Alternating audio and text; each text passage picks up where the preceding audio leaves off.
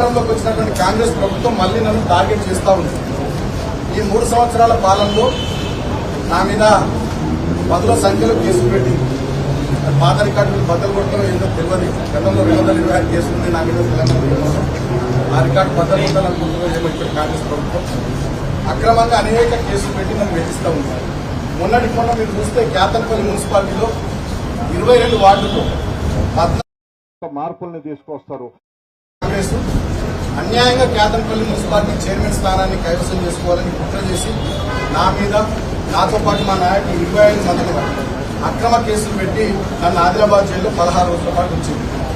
So అక్కడ అనేక రకాల జైల్లో ఇబ్బంది పెట్టి నాకు రోడ్ ఇన్ఫెక్షన్ వస్తే ట్యాబ్లెట్ ఇవ్వలేదు. దాదాపు 4-5 రోజుల పాటు విపరీతమైన చలి అక్కడ ఫిబ్రవరి మాసం చలి బాగుంటే నాకు బెడ్షీట్ ఇవ్వలేదు.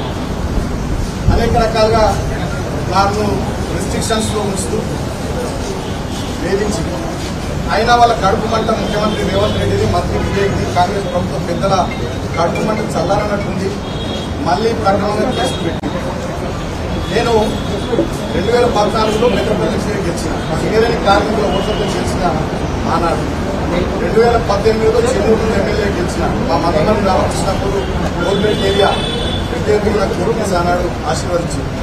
ఇప్పుడు మేము ఓడిపోయినప్పటికీ కూడా ఆ ప్రాంత కార్మికుల పట్ల ఈ కాంగ్రెస్ ప్రభుత్వం చేస్తున్నటువంటి అన్యాయాలు, మోసాలు దాన్ని నిరంతరం ప్రశ్నిస్తూనే ఉన్నాం. మేము ప్రశ్నిస్తే కూడా, మాట్లాడితే కూడా తట్టుకోలేకుండా ప్రభుత్వ పెద్దలు సంయమనం, సహనం లేకుండా వ్యవహారం చేస్తూ ఉన్నారు. అక్రమంగా కేసులు పెట్టి వేధిస్తూ ఉన్నారు. ఇవాళ నన్ను జైలుకు మరొకసారి పంపించాలనే ఆలోచన ముఖ్యమంత్రి రేవంత్ రెడ్డి, మంత్రి వివేక్ ఇతర కాంగ్రెస్ ప్రభుత్వం పెద్దలు చేసి ఇవాళ జైలుకు పంపిస్తూ ఉన్నారు. నన్ను అరెస్ట్ చేసి అక్రమంగా కేసులు పెట్టిరు. ఆ పెట్టిన సెక్షన్స్ కూడా మా లీగల్ పీపుల్ మాట్లాడుతుంటే ఆ ఒక్క సెక్షన్ నాకు అట్రాక్ట్ కాదు. 326G కానీ ఇతర అనేక సెక్షన్స్ అన్యాయంగా పెట్టినాక ఏది దీని ఉద్దేశం బాలకృష్ణ మాట్లాడుకుంటూ ప్రశ్నిస్తుంది కాబట్టి బాలకృష్ణ ముందు నొక్కాలి, అరెస్ట్ చేసి జైళ్లలో వేయాలి, నిర్బంధం విధించాలి, తద్వారా పైశాచిక ఆనందం పొందాలనేటటువంటి ఆలోచన కాంగ్రెస్ ప్రభుత్వం పెద్దలు కనబడుతుంది. నన్ను అరెస్ట్ చేసుకుని జైలుకు పంపించడం వీటి మీద పెట్టే శ్రద్ధ నేను ప్రభుత్వ పెద్దలు అడుగుతా ఉన్నాను. మీరేం మాట ఇచ్చింది? మొన్న సింగరేణిలో కార్మికులకు వారసత్వ ఉద్యోగాలు ఇస్తున్నాము. మేము గతంలో కేసీఆర్ గారు 19,000 ఉద్యోగాలు ఇచ్చింది.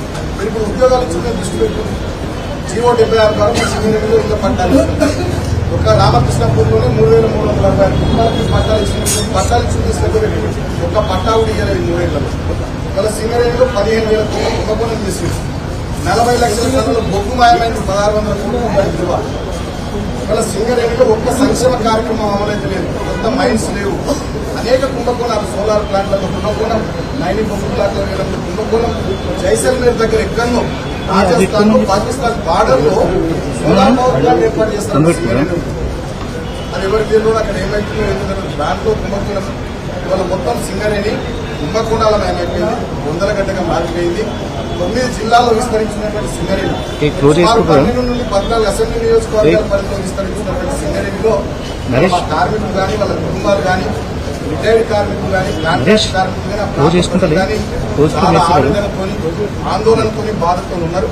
ఆ ప్రాంత ప్రతినిధిగా ఆ ప్రజల తరఫున, ఆ కార్మికుల తరఫున మేము మాట్లాడుతున్నాం.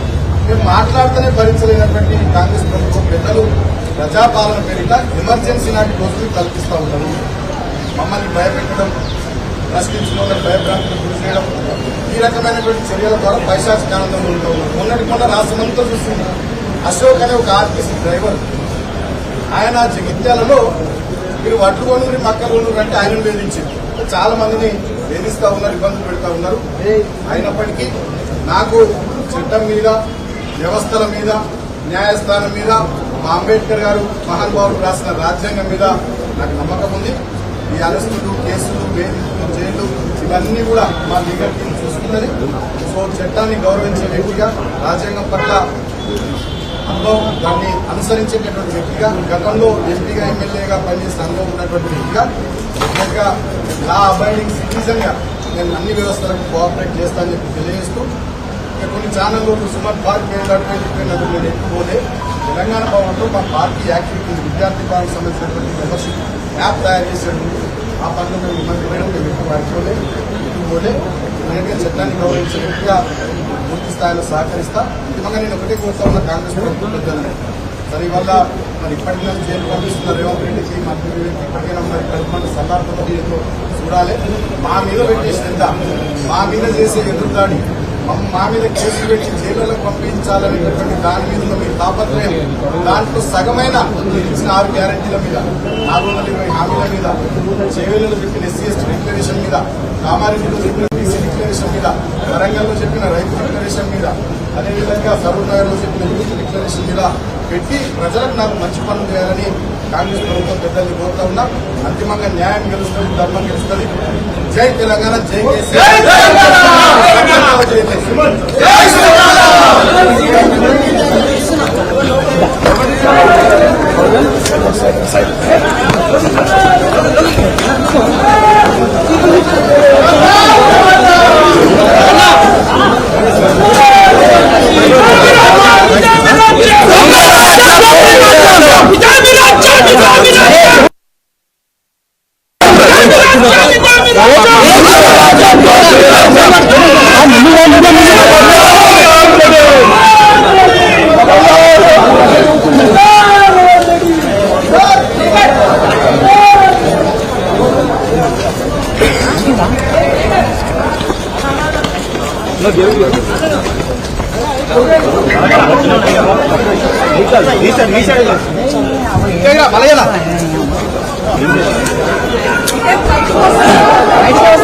బయటికి వస్తుందా?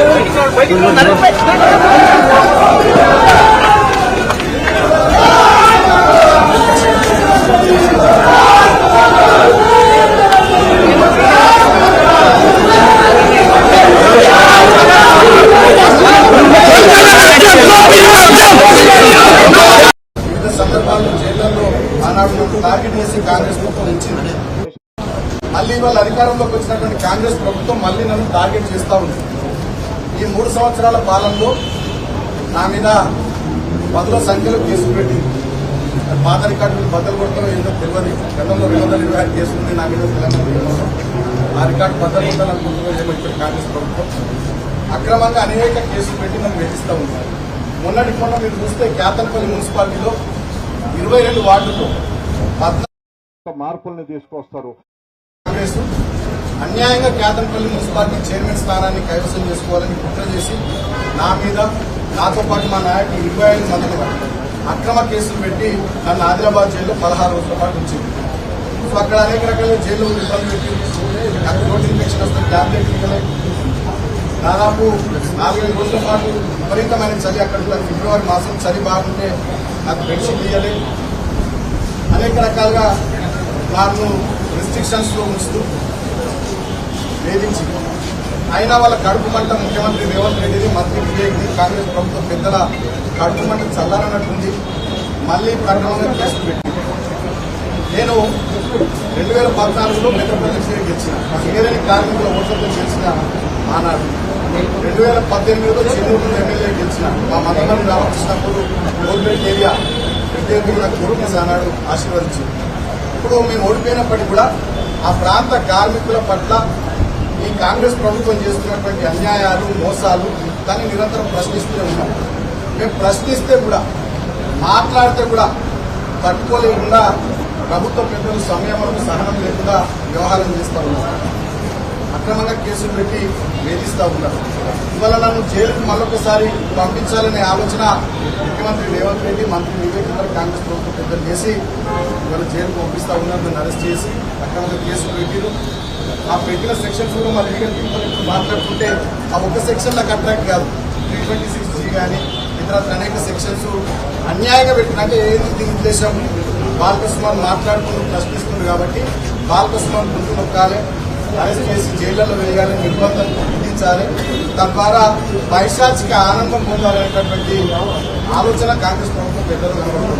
నన్ను అరెస్ట్ చేసుడు, జైలు పంపించడం, వీటి మీద పెట్టే శ్రద్ధ నేను ప్రభుత్వ పెద్దలు అడుగుతా ఉన్నాను. మీరేం మాట ఇచ్చింది? మొన్న సింగరేణిలో కార్మికులకు వారసత్వ ఉద్యోగాలు ఇస్తున్నాం. మేము గతంలో కేసీఆర్ గారు 19,000 ఉద్యోగాలు ఇచ్చింది. మీరు ఇప్పుడు ఉద్యోగాలు ఇచ్చింది దృష్టి పెట్టుకుంది. జీవో 76 ద్వారా సింగరేణిలో ఇంకా పట్టాలు ఇస్తుంది. ఒక రామకృష్ణపూర్లోనే 3,360 కుటుంబాలకు పట్టాలు ఇచ్చింది. పట్టాలు ఇచ్చింది శ్రద్ధ పెట్టి ఒక్క పట్టా కూడా ఇవ్వలేదు 3 ఏళ్లలో. ఇవాళ సింగరేణిలో 15,000 కోట్లు కుంభకోణం చేసింది. 40 లక్షల టన్నుల బొగ్గు మాయమైంది. 1,600 కోట్ల రూపాయల విలువ. ఇవాళ సింగరేణిలో ఒక్క సంక్షేమ కార్యక్రమం